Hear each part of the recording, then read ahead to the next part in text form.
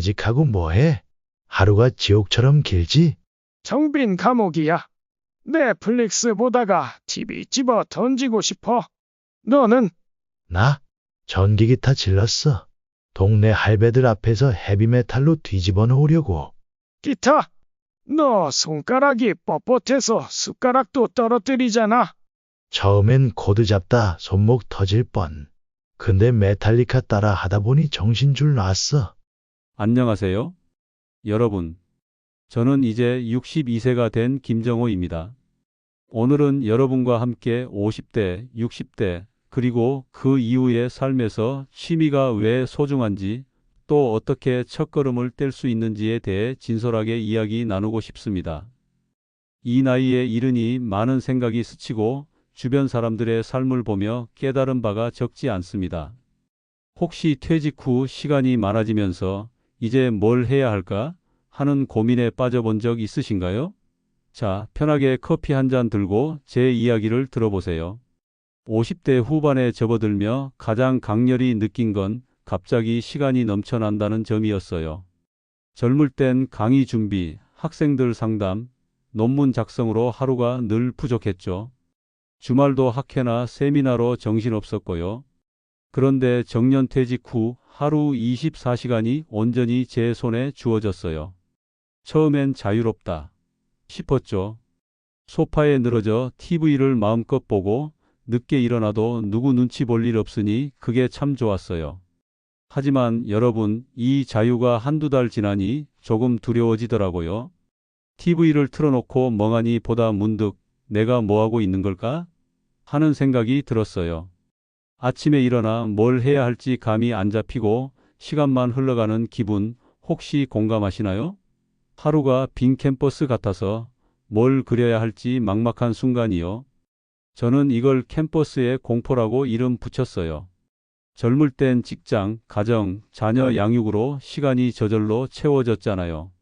아침 7시 알람에 맞춰 일어나 회사 가고 아이들 학원 보내며 저녁엔 회식하고 틈틈이 내 시간을 쪼개 살던 날들 다들 아시죠? 그런데 50대, 60대가 되면 갑자기 아무도 저를 찾지 않아요. 갈 곳도 할 일도 없어지죠. 예전엔 스케줄이 꽉 차 있었는데 이제 달력은 텅 비었어요. 그래서 취미가 중요한 겁니다. 이 빈 캠퍼스를 어떻게 채우느냐에 따라 삶의 질이 달라져요. 여러분은 요즘 하루를 어떻게 보내시나요? 새롭게 도전해 본 게 있으신지 궁금합니다. 취미란 결국 나를 즐겁게 하는 내 취향에 맞는 활동이에요. 심리학자 미하이 칙센트미하이가 책에서 취미를 이렇게 설명했어요. 취미는 전문성과 즐거움이 조화를 이루는 지점이다. 즐거움만 있으면 금방 실증 나고 전문성이 없으면 깊이가 부족해요. 이 둘이 균형을 이루면 우리는 몰입이라는 특별한 경험을 하죠. 몰입 아시죠? 시간 가는 줄 모르고 푹 빠져드는 그 상태요. 세상 모든 고민이 사라지고 오직 그 순간에만 집중하는 느낌, 정말 매력적이죠. 제 지인 중 은퇴한 은행원 최 선배님이 계세요. 이분이 60세에 기타를 배우기 시작했어요. 젊을 땐 기타 치는 친구들 부러워하며 나도 언젠가 해보고 싶다 했지만 은행 일에 취업 꿈도 못 꿨어요. 매일 계좌 관리하고 고객 응대하며 야근까지 하느라 바빴죠. 그러다 퇴직 후 동네 문화센터에서 기타 강의 포스터를 보고 용기를 냈어요. 처음엔 손가락이 욱신거리고 코드 익히는 게 어려웠대요. 특히 F코드를 누를 때마다 손이 덜덜 떨려 내가 할 수 있을까 싶었대요. 하지만 6개월쯤 지나니 어느 날 자신이 치는 소리가 귀에 들어오더래요. 그때 이게 몰입이구나 느꼈다고요. 지금은 동네 어르신 모임에서 기타로 분위기를 띄우는 주인공이 됐어요. 가끔 저를 초대해 연주를 들려주는데 그 행복한 표정이 참 인상 깊어요. 최 선배님 덕에 저도 큰 감동을 받았죠. 여러분은 젊을 때 꼭 해보고 싶었던 게 있으신가요? 지금 그 꿈을 다시 꺼내보면 어떨까요? 아직 늦지 않았을지도 몰라요. 심리학자 칼 융은 중년을 인생의 전환점이라 했어요. 젊을 땐 사회, 가족, 커리어를 위해 달렸다면 중년 이후는 나를 위한 시간이에요. 자기 발견의 기회죠. 저도 50대 중반에 이르러 내 삶이 제대로 가고 있는 걸까 자문했어요. 교수로 강의하고 논문 쓰고 학회에서 발표하며 바빴지만 퇴직 후엔 그게 무슨 의미였나 싶더라고요. 예전엔 학생들이 저를 찾아왔지만 퇴직 후엔 연락이 뜸해지고 세상에서 멀어진 기분이 들었어요. 여러분도 그런 순간 있으시죠? 내가 정말 이 세상에 필요한 사람일까 하는 생각이 드는 때요. 그때 저를 일으킨 건 독서 모임이었어요. 동네 도서관의 책 모임에 우연히 참여했는데 거기서 만난 분들이 제 삶을 바꿨어요. 70대 초반 박 선생님, 은퇴한 초등학교 교사셨는데 책을 읽고 자신의 삶과 연결해 이야기하는 모습이 참 멋졌어요. 한 번은 박 선생님이 저에게 정호야, 나이 들수록 머리가 굳는 게 아니라 새로운 걸 배우지 않아서 굳는 거야 하셨어요. 그 말에 자극받아 저도 새로운 도전을 시작했죠. 바로 사진 찍기예요. 처음엔 카메라 조작도 어색했어요. 렌즈 교체, 초점 맞추기 다 낯설었죠. 하지만 공원에서 꽃과 새를 찍으며 시간을 보내다 보니 어느새 몰입하고 있더라고요. 그 사진을 가족들에게 보여주면 아빠, 이거 정말 예쁘네? 하며 좋아해요. 손주들이 제 사진을 보고 할아버지, 이거 출력해서 방에 붙이게요. 할 땐 가슴이 따뜻해지죠. 여러분은 최근 새로 배운 게 있으신가요? 아니면 도전하고 싶은 게 있다면 어떤 걸까요? 그 작은 시도가 삶을 얼마나 바꿀지 상상해 보세요. 취미를 선택할 땐 내 상황에 맞는 걸 찾는 게 중요해요. 건강, 재정, 성격, 이 세 가지를 고려해야죠. 예를 들어, 등산은 건강에도 좋고 자연을 즐길 수 있어 훌륭한 취미예요. 하지만 무릎이 약하시면 무리죠. 저도 무릎 때문에 등산 대신 공원 산책을 택했는데 훨씬 편하더라고요. 여행도 매력적이지만 비용이 만만치 않아요. 유럽 여행 한번 가려면 큰 돈이 들잖아요. 또 넷플릭스처럼 앉아서 즐기는 건 편리하지만 너무 몰두하면 눈도 피곤하고 허무함이 밀려오죠. 저도 한때 넷플릭스에 빠져 드라마만 봤어요. 하루 만에 한 시즌을 다 보고 나니 내가 뭐 한 거지? 싶더라고요. 여러분도 그런 경험 있으시죠?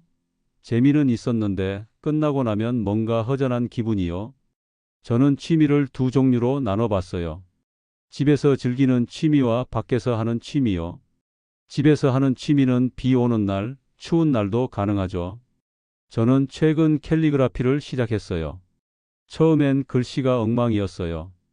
펜 잡는 법도 어색하고 잉크가 번져 망친 종이가 쌓였죠. 하지만 손주들에게 편지 쓰며 연습하다 보니 실력이 늘더라고요. 손주들이 할아버지 이거 너무 예쁘다 하며 좋아할 때 그 기쁨이 정말 커요. 손주 생일에 캘리그라피 카드를 만들어주면 환하게 웃는 모습에 행복을 느껴요. 밖에서 하는 취미로는 산책이나 정원 가꾸기를 추천해요.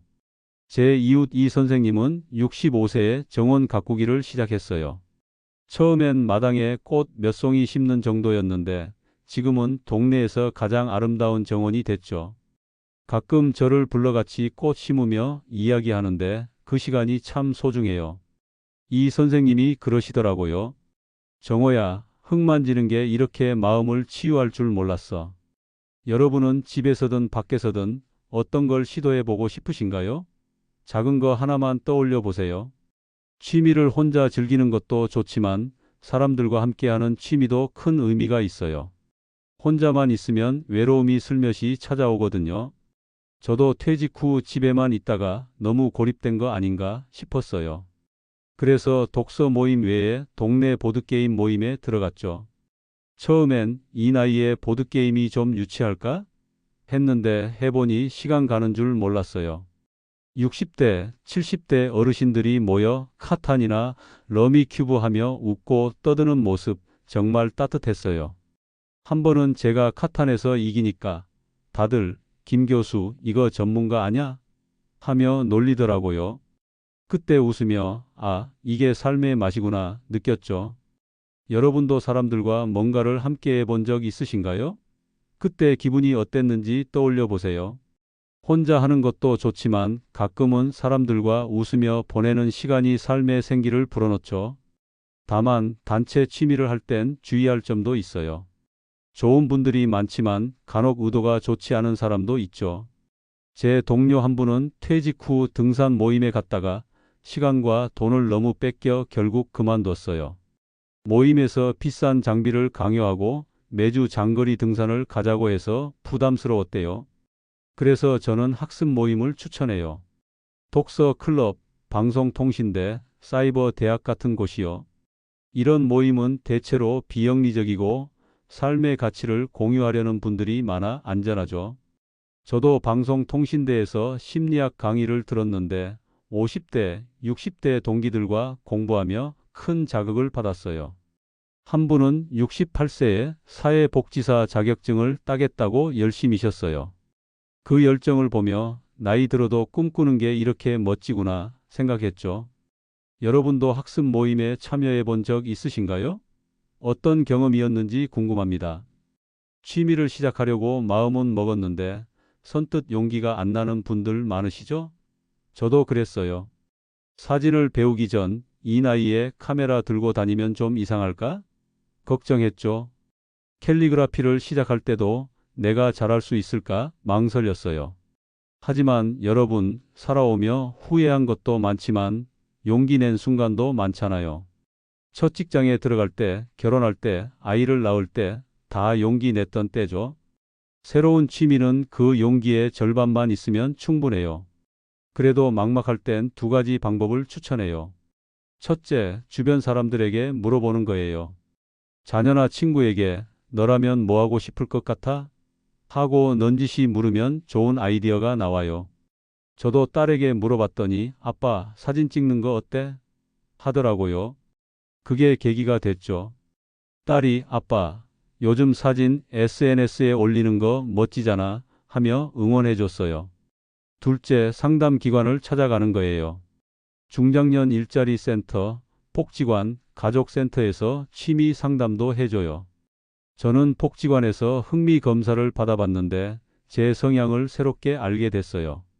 예를 들어 저는 내향적이어서 큰 모임보단 소규모 활동이 맞더라고요.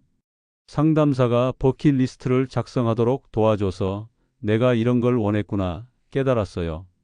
버킷리스트 중 하나가 와인 배우기였죠. 그래서 동네 와인 강의에 등록했는데 와인 한 잔 마시며 사람들과 대화하는 게 정말 즐거웠어요. 여러분은 최근 누군가와 취미나 꿈에 대해 깊이 이야기해 본 적 있으신가요? 지금 떠오르는 게 있다면 한번 적어보세요. 취미를 시작하며 작은 습관을 만드는 것도 좋아요. 예를 들어 저는 매일 아침 30분씩 사진 편집 시간을 가져요. 처음엔 사진 정리하는 정도였지만 지금은 포토샵을 배워 효과를 넣는 재미에 푹 빠졌어요. 또 다른 습관은 매주 일요일 동네 카페에서 책 읽기예요. 커피 한 잔 시키고 창밖을 보며 책 읽는 시간이 제겐 큰 힐링이에요. 제 친구 한 분은 매일 저녁 10분씩 명상하는 습관을 만들었어요. 처음엔 집중이 안 됐지만 이제 그 10분이 하루를 마무리하는 시간이 됐대요. 여러분도 작은 습관을 만들어 본 적 있으신가요? 하루 10분이라도 나만의 시간을 가져보시면 삶이 달라질 거예요. 취미 외에도 나이 들며 조심할 점이 있어요. 첫째, 건강을 과신하지 마세요. 젊을 땐 밤을 새도 끄떡없었죠. 하지만 최근 기침 한 번 했는데 허리에 담이 와서 며칠 고생했어요. 부끄러워하며 동네 병원에 갔더니 의사 선생님이 김 교수님, 이 나이엔 기침도 조심해야죠 하시더라고요. 옆 환자는 기침하다 디스크 걸렸다고 해서 같이 웃었어요. 우리 나이엔 무리하면 바로 후회가 따라오죠. 운동과 식이요법을 꾸준히 챙겨야 해요. 저는 아침마다 20분 스트레칭 하는데 그거로 하루가 가벼워요. 여러분도 건강 때문에 당황했던 적 있으시죠?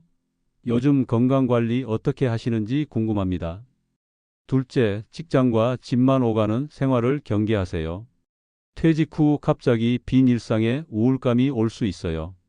저도 퇴직 후 6개월쯤 지나니 내가 쓸모없는 사람인가 싶었어요.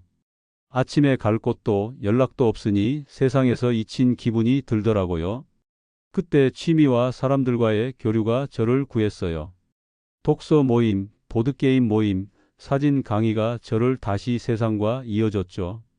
여러분은 퇴직 후 어떤 변화를 느끼셨나요? 고립감을 느낀 적 있다면 어떻게 극복하셨는지 궁금해요. 셋째, 분노를 다스리세요. 나이 들수록 상처가 쌓여 화가 커질 수 있어요. 저도 동네 주차 문제로 짜증낼 때가 있어요. 누가 제 자리에 주차하면 왜 나를 무시하는 거야? 싶어 화가 나죠.